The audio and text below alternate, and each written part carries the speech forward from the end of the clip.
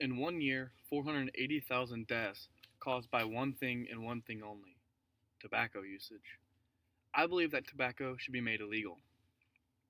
I've lost a couple family members to this horrible drug, and I wouldn't want anyone else to have to uh, go through this horrible loss if it can be prevented. I've done hours of research and have experienced the bad doings of tobacco and its effects firsthand. In this speech, I will be going over why tobacco should be made illegal because of the ridiculous rates at which it takes lives, how kids are starting to smoke at younger ages, and how public areas are ruined by smoking. Now let's see through the smoke and look at the hard facts on why tobacco is such a harmful product. Smoking tobacco smells awful and is very harmful to both users and the bystanders. In the article called Cigarette Smoke, published by Environmental Encyclopedia in 2011, last updated on May 5th, 2015, they state cigarette smoke contains more than 4,000 identifying compounds. They are known as irritants and carcinogens. Since the first Surgeon General's report on smoking and health in 1964, evidence linking the use of tobacco to illness, injuries, and death has continued to mount. Many thousands of studies have documented the adverse health consequences of any type of tobacco, including cigarettes, cigars, and smokeless tobacco. This supports my claim by saying that there has been studies ran and prove that there are harmful elements in cigarettes and let alone tobacco. Not only are there a few, but there are over 4,000, and several of them are known as carcinogens. So not only is the person smoking the cigarette getting that carcinogens and all the icky, gooey, gross stuff, also the bystanders, when that user exhales, the bystanders are inhaling. The next piece of evidence to support my claim is also from the same article.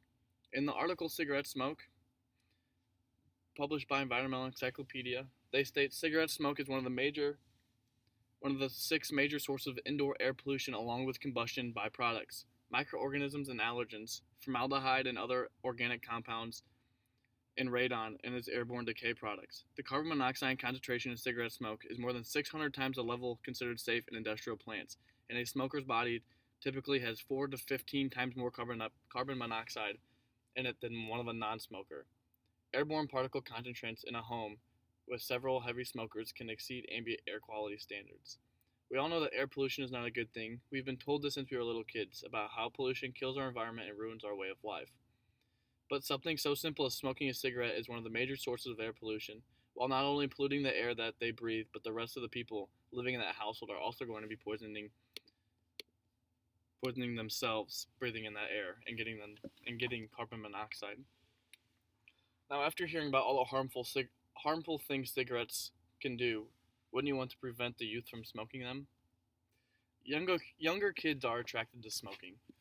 In the article E-Cigarettes Help Adults Quit Smoking But Encourage Teens to Start, published by the Christian Science Monitor, last updated on April 26, 2016, the source states that middle school students were 80% more likely to have used e-cigarettes if they saw ads, and high school students were 54% more likely to have used them, compared to peers who have never seen the ads. Last year, the CDC survey found that 3 million middle school and high school used e-cigarettes, from up to 2.5 million in 2014. In addition, adolescents who try e-cigarettes are more than twice as likely to try traditional cigarettes, previous research has suggested.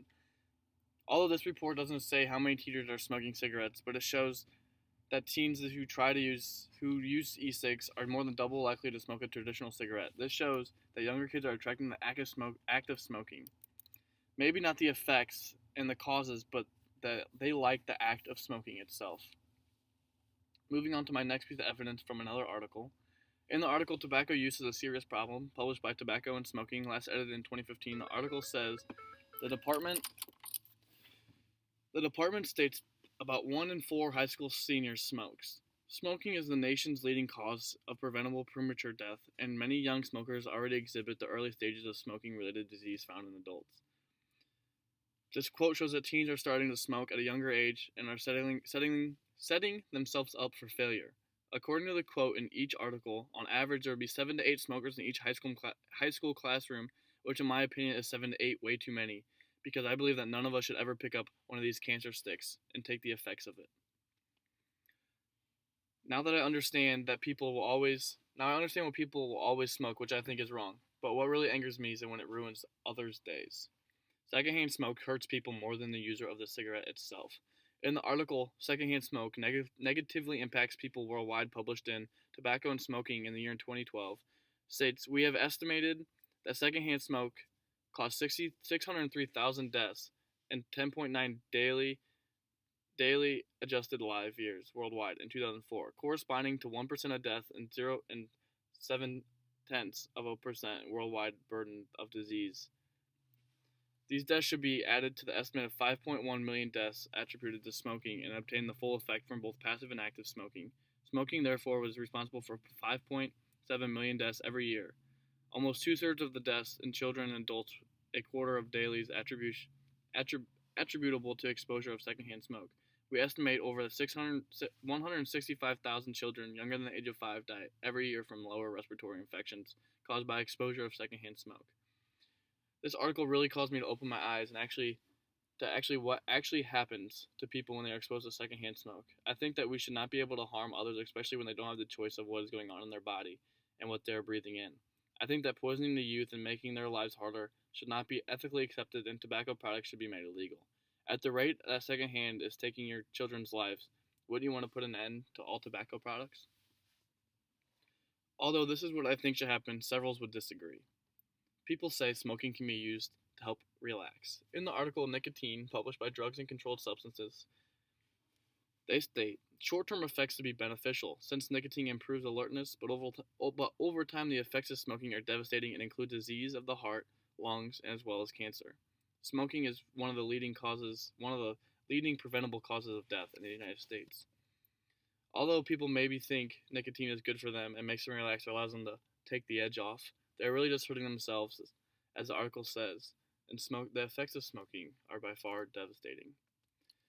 Now that I've told you what I think should happen, let's wrap up the speech. In conclusion, we have gone over how smoking tobacco smells bad and is harmful for both the user and the bystanders. Kids are attracted to smoking, and secondhand smoke is more harmful to bystanders. I believe that smoking tobacco and tobacco products should be made illegal. Let's all put in effort and stop hundreds of thousands of deaths a year caused by tobacco products.